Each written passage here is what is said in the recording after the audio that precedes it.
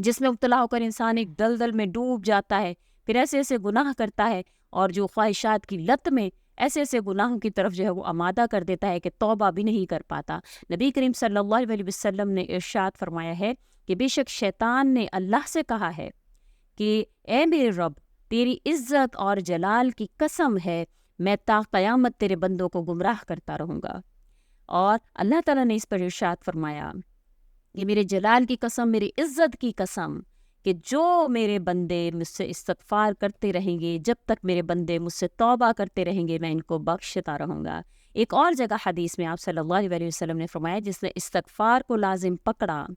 تو اللہ تعالیٰ اس سے ہر غم، ہر پریشانی جو ہے وہ اس سے دور کر دیں گے انشاءاللہ۔ ہر تنگی سے نکلنے کا راستہ اللہ کریم اس کو بہم فراہم فرما دیں گے۔ جان رکھیے استغفار وہ طاقتور چیز ہے جو اللہ کی رحمت کو، پرجوش عطاؤں کو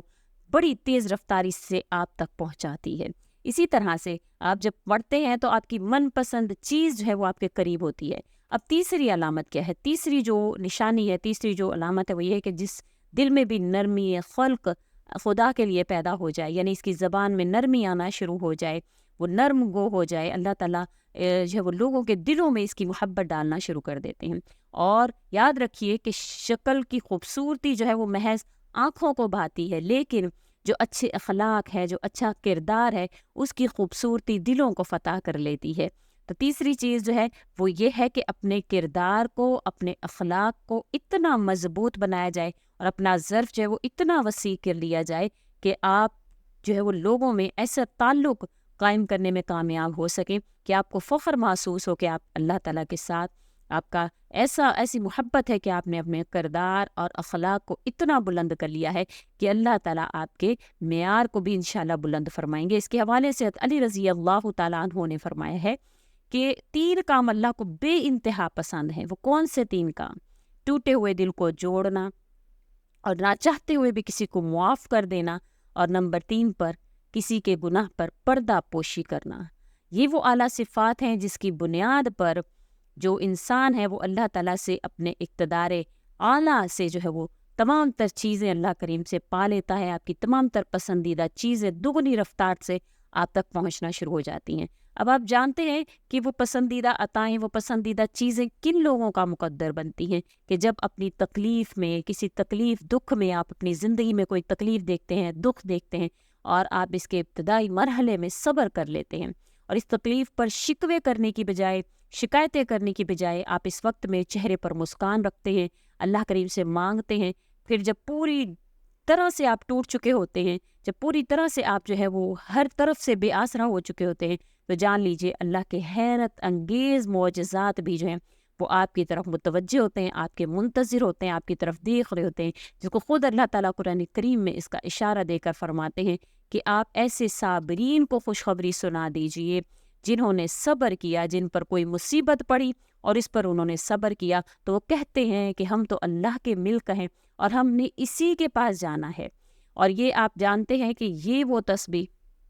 جو اس کے ساتھ ساتھ آپ سے جو 4 چیزیں ذکر کی ہیں، اس کے ساتھ ساتھ آپ نے یہ تسبیح جو ہے وہ خود قرآن کریم میں اللہ کریم نے اس کی تلقین فرمائی ہے۔ اب اللہ تعالیٰ آگے فرماتے ہیں کہ ان لوگوں پر خاص رحمتیں بھی اللہ کریم کی ہوتی ہیں، اس کے پروردگار کی طرف سے ہوتی ہیں، اور یہی وہ لوگ ہیں جن کی رسائی ہوگی، اور یہی وہ 4 چیزیں ہیں جو آپ کی من پسند چیزوں کو آپ تک پہنچا دیتی ہیں،